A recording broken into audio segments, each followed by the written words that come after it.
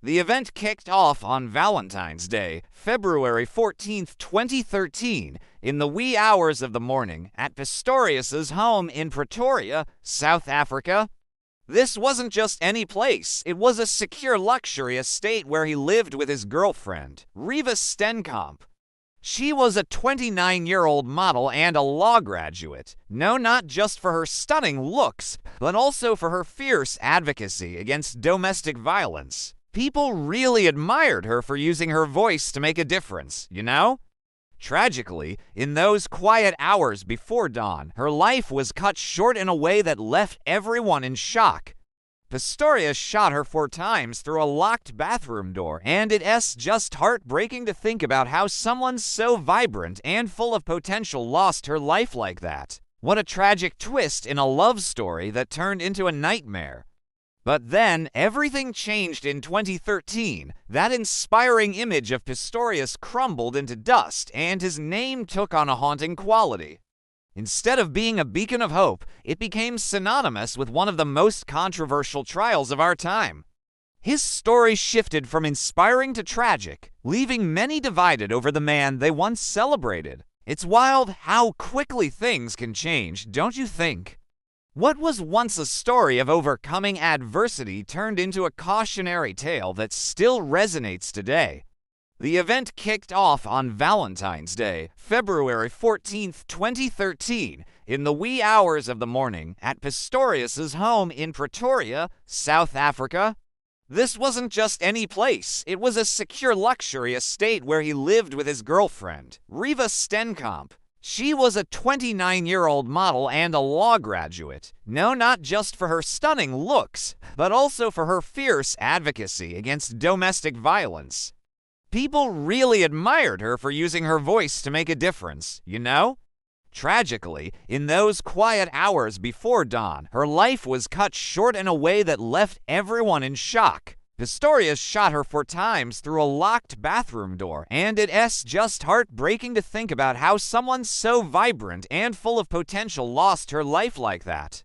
What a tragic twist in a love story that turned into a nightmare.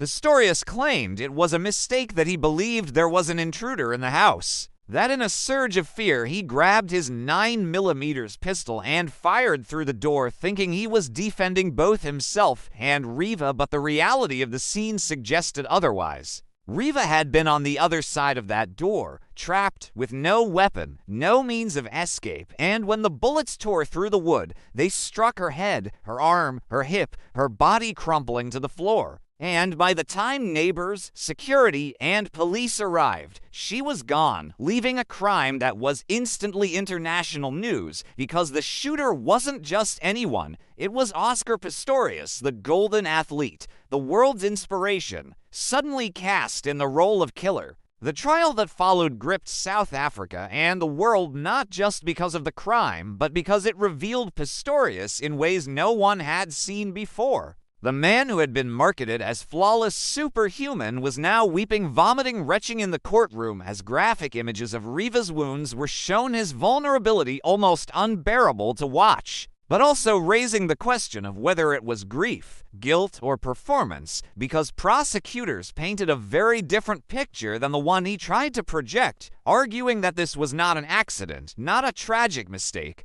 but the result of anger, jealousy, and rage. That an argument between him and Reeva escalated that night, and when she locked herself in the bathroom to escape him, he took his gun and fired deliberately, knowing she was inside.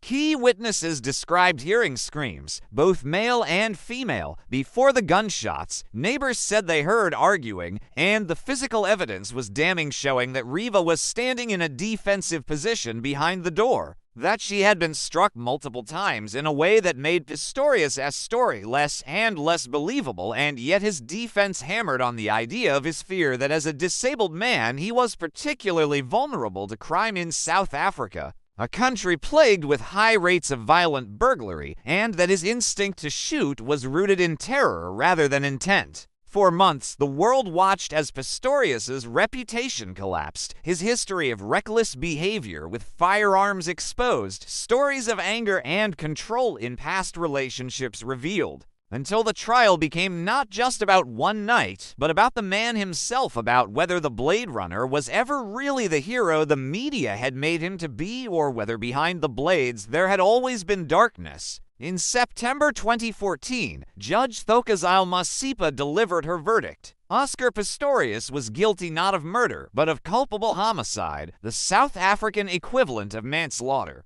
A ruling that outraged many who believed the evidence pointed clearly to murder, and he was sentenced to 5 years in prison, though he served only one before being released to house arrest. But the story didn't end there, because prosecutors appealed, arguing the verdict had been too lenient, and in December 2015, South Africa's Supreme Court of Appeal overturned the original ruling, finding him guilty of murder, declaring that Pistorius must have foreseen that his actions would cause death, even if he believed the person behind the door was an intruder, and in 2016 he was sentenced to 6 years, later increased to 13 after yet another appeal, a tangled legal journey that stretched the case for years.